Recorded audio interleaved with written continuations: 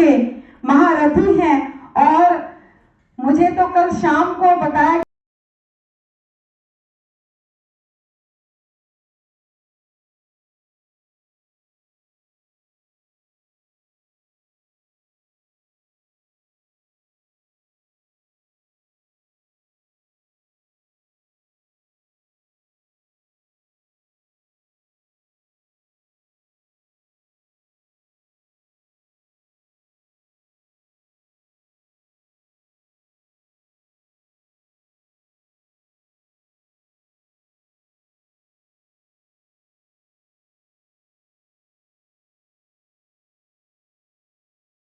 सुदूर ग्रामीण इलाकों में जहां गाड़ी नहीं जाती है वहां भी पैदल चलकर रेखा शर्मा आप बच्चों के लिए सदैव प्रयासरत रहती हैं।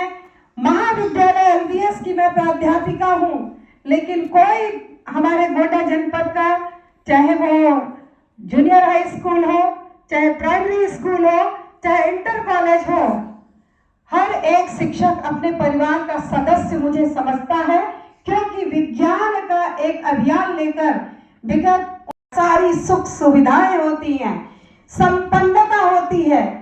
वहां जो बच्चे पलते हैं वो बिल्कुल जैसे बहुत ही केयर में जिन बच्चों को पाला जाता है वो प्रकृति से दूर हो जाते हैं और वो अपने जीवन में जल्दी कुछ अच्छा नहीं कर पाते हैं। अन्यथा हर अधिकारी, जिलाधिकारी का बेटा जिलाधिकारी बनता, एसपी का बेटा एसपी बनता, मंत्री का बेटा भी मंत्री बनता, ऐसा होता।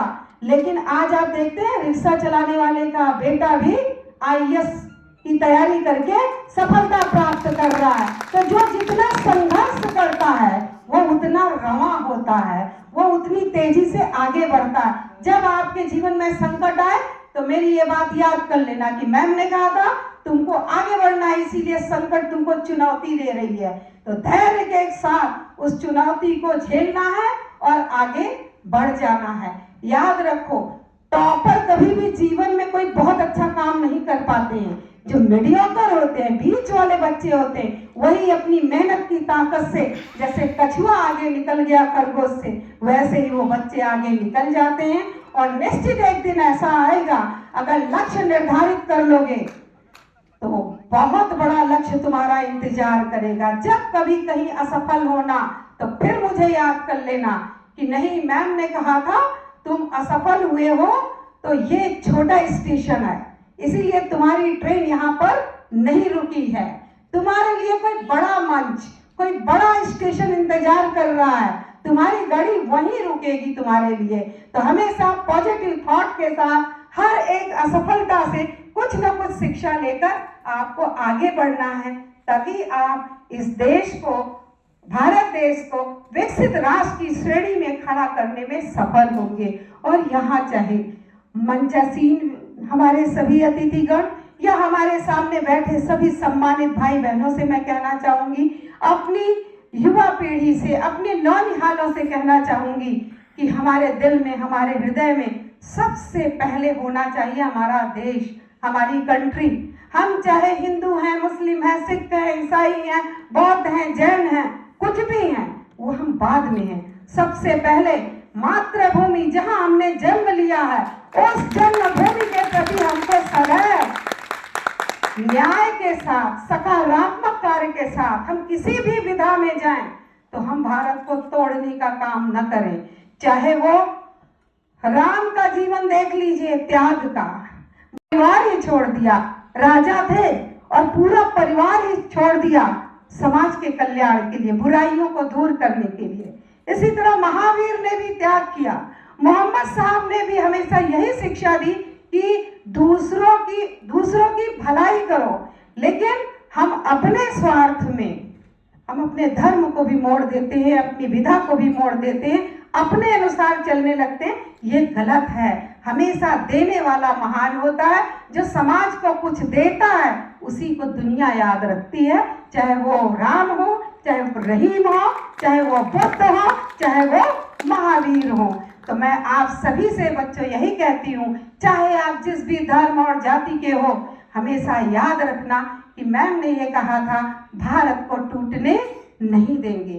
वो बगिया सबसे प्यारी होती है जिसमें विभिन्न प्रकार के फूल होते हैं, रंग बिरंगे फूल होते हैं। हम चूंकि बॉटनी के प्रोफेसर हैं, इसलिए बॉटनी की भाषा में आपको देश का महत्व समझाते हैं। प्रकृति कहती है कि वही क्षेत्र समृद्ध है जहां बायोडायवर्सिटी सबसे ज्यादा है। विभिन्न प्रकार के पेड़ पौधे, जीव जंतु जहां रहते हैं, प्रकृति ऐसी ही जगह को पसंद करती है। और हमारा भारत देश, जितने प्रकार की भाषा यहाँ बोली जाती है पूरी दुनिया में कहीं नहीं, जितने प्रकार के धर्म यहाँ हैं दुनिया में कहीं नहीं, जितने प्रकार की परंपरा हमारे भारत में है दुनिया में कहीं नहीं है, जितने प्रकार का पहनावा हमारा है दुनिया में कहीं नहीं है।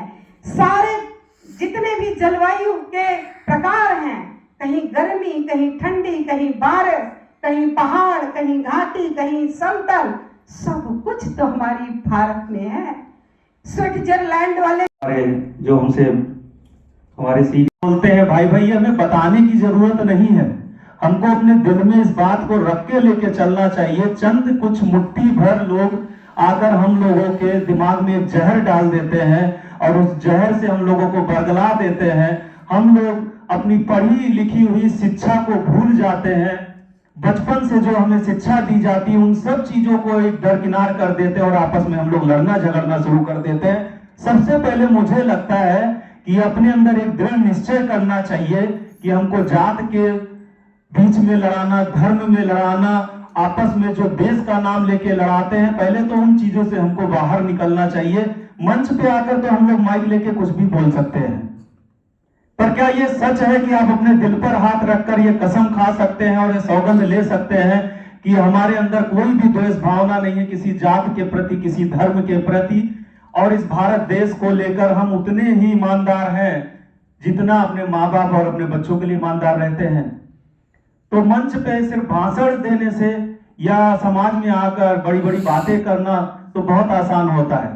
सबसे पहले हमें किसी और को नहीं समझाना, खुद के अंदर झांक के देखना है कि क्या हम खुद उतने ईमानदार हैं। आजकल देखते हैं सोशल मीडिया पर, यहाँ शिक्षा का मंच है, हमें नहीं कहना चाहिए, पर मैम ने इतनी अच्छी बात बोली कि हमको वो सोच के हमें लगता है हम घंटों बोल सकते हैं उस पर ज्यादा समय नहीं लेंगे क्योंकि डॉक्टर साहब को भी जाना और यहाँ लगभग कहीं ना कहीं सभी का प्रोग्राम लगा है। हम भी आपके बीच में बैठे हैं, चिकित्सा अधिकारी हैं आपके स्वास्थ्य विभाग में और CSC वजीरगंज में भी है, आपके जिला अस्पताल पे भी हैं। तो CDO मैडम का भी फोन आ रहा है, तब से मैडम प्रोग्राम भी लगा है और वहाँ पे इंचार्ज होने की वजह से जाना भी पड़ रहा है, लेकिन फिर भी मैम की बातें सुनने के बाद में जैसे कहते हैं ना कि एक रोंगटे खड़ी हो जाते हैं। आपने कहा ना कि जैसे एक बगीचे में जब तरह तरह के फूल होते हैं तभी वो बगीचा अच्छा लगता है, उसमें हरे पत्ते और सूखे पत्ते भी अच्छे लगते हैं। अगर सूखे पत्तों को भी गायब कर दिया जाए और सिर्फ हरे पत्ते बचेंगे तो देखने में वो खूबसूरती गायब हो जाएगी। तो सबसे पहले हमें और आपको, ये जो सोशल मीडिया पे आजकल चलता है, लोग जात में लड़ा रहे हैं, लोग धर्मों में लड़ा रहे हैं, लोग देश का नाम लेके लड़ा रहे हैं, सबसे पहले तो हमें लगता है शिक्षा तो हमें लेना ही है, क्योंकि शिक्षा कहते हैं ना, जो शिक्षित इंसान है सबसे खतरनाक इंसान वही है, क्योंकि जो अशिक्षा है, जिसको कोई जानकारी नहीं है, वो तो बेचारा किसान है या कोई बिजनेस कर रहा है, काम कर रहा है, कि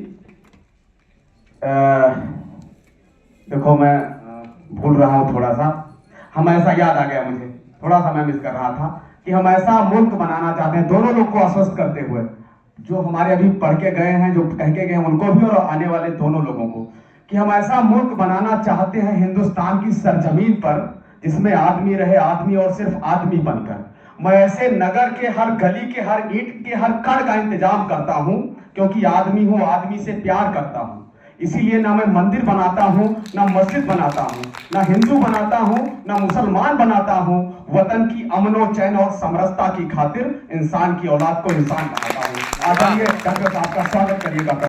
चांदनी की बातें करें, आप आए हैं तो चांदनी की बातें करें, कहीं रोज रोज जमीन पे चांद उतरता है। हर मौजुओं पे, हर मसलों पे हमारे तमाम वक्ताओं ने अपनी अपनी बात रखी और हर एक चीज आप सबके बेहतरी के लिए बोली गई है, आपके उज्जवल भविष्य के लिए बोली गई है। हर किसी ने जो समय निकाला है यहाँ पे, वो आपके फ्यूचर के लिए निकाला है, आपको मोटिवेट करने के लिए यहाँ सभी लोग तशरीफ लाए हैं। तो मैं जो भी बच्चे तशरीफ लाए हैं, मैं उन बच्चों से सिर्फ इतना कहना चाहूंगा कि जितनी भी चीजें आप सब ने जानी है, हर विषय पे आपके बारे में कहा जा सकता है, क्योंकि आप एक गीली मिट्टी हैं, आपको जैसे चाहा जाए वैसे बना दिया जा सकता है। लेकिन मैं सिर्फ इतना कहना चाहूंगा, जो मेरा विषय है वो ये है, ये सारी चीजें तो अपनी जगह हैं, लेकिन आज की जो वक्त गुजर रहा है, इस समय बच्चों में जो मैं सबसे खास चीज देखने को पा रहा हूं, वो है संस्कार। शिक्षा तो सब पा रहे हैं, एजुकेशन तो सभी लोग पा रहे हैं, तालीम सबको मिल रही है, लेकिन तरबियत, संस्कार, प्रैक्टिकल वो हमसे खोता जा रहा है। क्योंकि हमारे बीच में एक ऐसा शैतान आ गया है जिसे हम मोबाइल के नाम से जानते हैं। वो हमें संस्कार सीखने ही नहीं दे रहा है, हमें माँ बाप से रूबरू होने ही नहीं दे रहा है, हमें अपने बड़ों के बीच में बैठने ही नहीं दे रहा है। और संस्कार हमें अपने बड़ों से सीखना होगा, अपने टीचर्स से सीखना होगा, अपने तमाम आसपास के वो हमारे जो माता पिता हैं, वालिदैन हैं, उनसे सीखना होगा। तो बच्चों, मैं आप सबसे यही उम्मीद करता हूं कि आप अपने माँ बाप का सपना अवश्य पूरा करें, लेकिन संस्कार के साथ, रिस्पेक्ट के साथ, तमीज और तहजीब के साथ। बड़ों का क्या हक है, बच्चों की क्या बातें हैं, टीचर्स के लिए हमें क्या करना है, ये तमाम फॉर्मेलिटीज हमें सीखनी ही पड़ेगी। तब हस्ती को अगर मर्तबा चाहता है, मर्तबा यानी कि अपनी पहचान मिटा दे, अपनी हस्ती को अगर मर्तबा चाहता है कि दाना खाक में मिलकर ही गुले गुलजार होता है। वाह। घर से मस्जिद है बहुत दूर, आप सबके लिए बच्चों की तरफ। घर से मस्जिद है बहुत दूर, चलो यूं कर लें। घर से मस्जिद है बहुत दूर, चलो यूं कर लें, किसी रोते हुए बच्चे को हंसाया जाए। मैं अपनी बात खत्म करता हूं। इस दरमियान मुझसे